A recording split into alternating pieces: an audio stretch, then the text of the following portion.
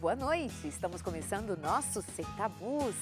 Fique aqui com a gente, vai ser uma conversa boa, vamos falar de relacionamento e sexualidade, especialmente pensando nos adolescentes e nos jovens, na impulsividade sexual e nos relacionamentos turbulentos, sabe? Que são muito próprios dessa idade da vida, de um desejo muito grande de viver as suas experiências, seus relacionamentos e às vezes se tornam codependentes de outros. Vamos entender esse universo dos seus filhos, se estou falando agora aos pais, e também o seu próprio universo, se eu estou falando direto aos adolescentes e aos jovens e a toda essa audiência querida. Muito obrigada por estar aqui com a gente no nosso programa e vamos conversar muito hoje, mas restando alguma dúvida, querendo fazer alguma pergunta, mande para as nossas redes sociais, pode ser no nosso Facebook, pode ser no nosso Instagram, como você quiser. Fala com a gente, queremos ouvir você. Quais são suas dúvidas, seus medos, suas inquietações sobre sexualidade e relacionamento? No programa de hoje nós teremos duas convidadas e elas são autoras de um livro que foi escrito direcionado para os adolescentes, para os jovens, dando ferramentas e conhecimento para que tomem decisões acertadas e possam então dar um rumo bonito para a vida. E isso passa pela sexualidade também. Elas são autoras do livro O Designer da Decisão, 5 técnicas para escrever sua própria história. A autora Rosana Alves, Rosângela Moraes e o pastor Sam Neves. As meninas Rosana Alves e Rosângela Moraes vieram ao programa hoje. Boa noite, doutora Rosana Alves. Boa noite, querida. Sempre bom estar aqui. Tudo bem? Tudo jóia. Acompanhada da Rosângela Moraes. Como vai? Tudo bem? Tudo bem, uma boa noite. Obrigada. Uma pedagoga, a outra neurocientista e autoras deste livro dirigido aos jovens e aos adolescentes. Vamos então ao nosso papo de hoje. Se a proposta é falar de relacionamento nessa fase em que nós vamos nos deparar com um tempo de desenvolvimento, mas ainda de muita imaturidade, e relacionar-se com outra pessoa é muito exigente. O que dizer sobre essa fase e nesse desenvolvimento dos relacionamentos? Por onde a gente começa, doutora Rosana? É tão interessante quando você fala de fase. Quando nós estamos nos referindo a uma fase, significa que existe uma linha, né? Se nós pudéssemos pensar, que você está aqui, está andando, passando pelas fases. Não tem nada que interrompa e comece de novo, né? Então, a sexualidade, quando a gente vai falar de adolescente, a gente está falando de uma sexualidade que iniciou antes da criança nascer. Eu costumo falar que sexualidade é a forma que eu me vejo e como eu me comporto em sociedade. E o que nós estamos hoje, talvez confundindo sexualidade, é que nós estamos fazendo um recorte nesse comportamento meu diante da sociedade a partir da imagem que tenho de mim mesma e achando que é só sexo. E aí nós estamos deixando para falar de sexualidade na adolescência ou preocupar com ela quando nós temos filhos nessa idade. Então a sexualidade é você aprender quem você é e a partir desse aprendizado você começa a se comportar em sociedade. E a criança já faz isso. Então, quando a gente está falando de sexualidade do adolescente e passando por comportamentos que talvez sejam desviantes, como, por exemplo, uma codependência, nós estamos falando de alguém que não aprendeu quem é ela mesma e, a partir deste não entendimento, ela desenvolve relacionamentos que podem ser doentios. Uau!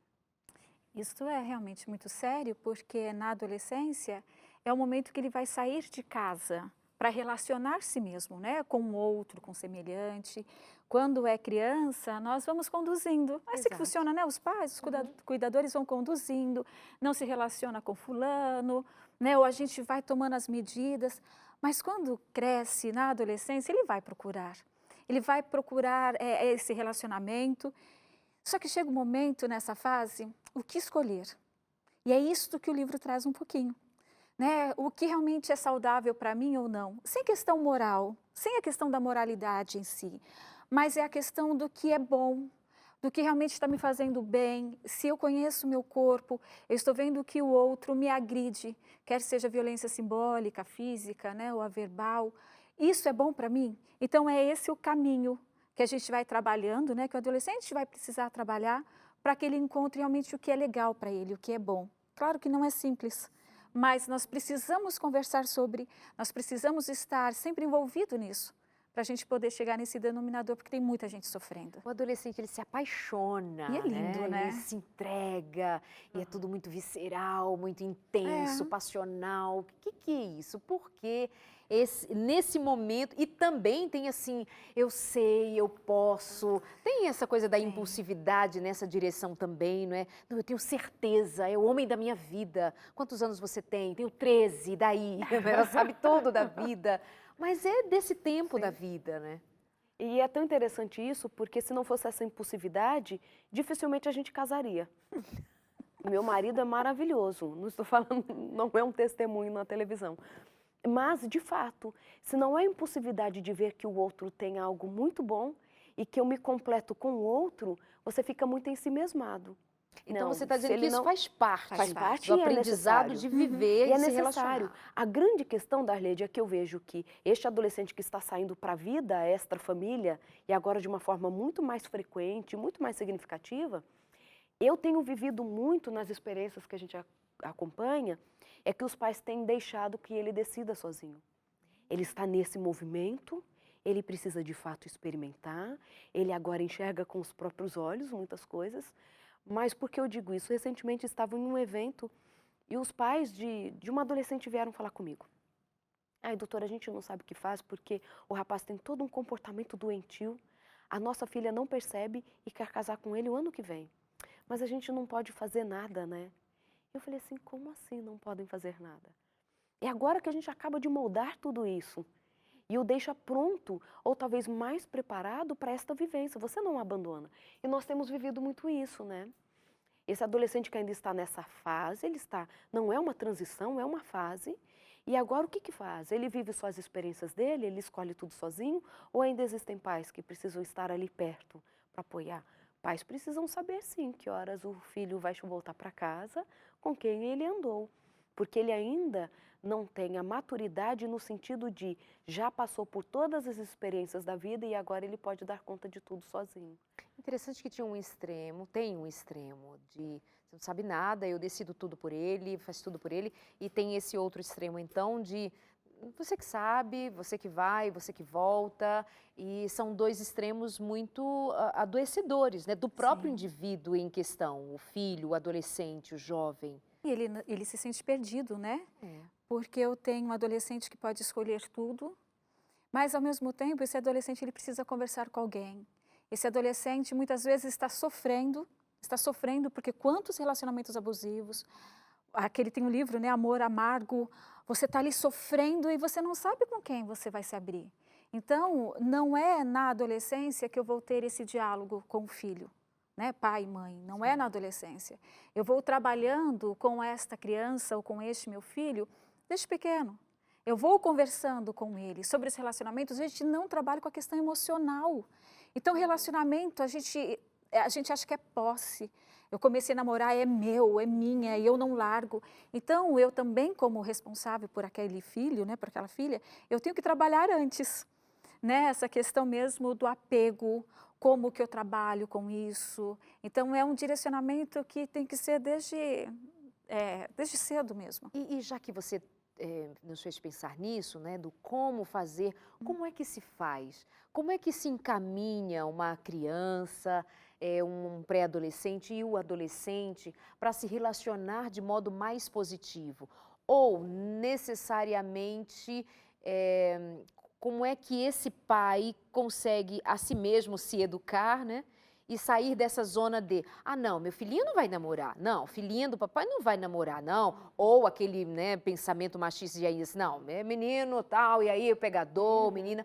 Como é que esses pais, como é que os educadores, como é que a gente conversa num tempo em que hoje está tudo muito liberal e que vamos experimentar tudo, fazer tudo, como é que se faz? Primeiro, eu vejo que muitas vezes esse discurso do desequilíbrio na vida, dos extremos, passa pela própria vivência do pai e da mãe que não deram conta de si mesmos. E eles passam por muita frustração.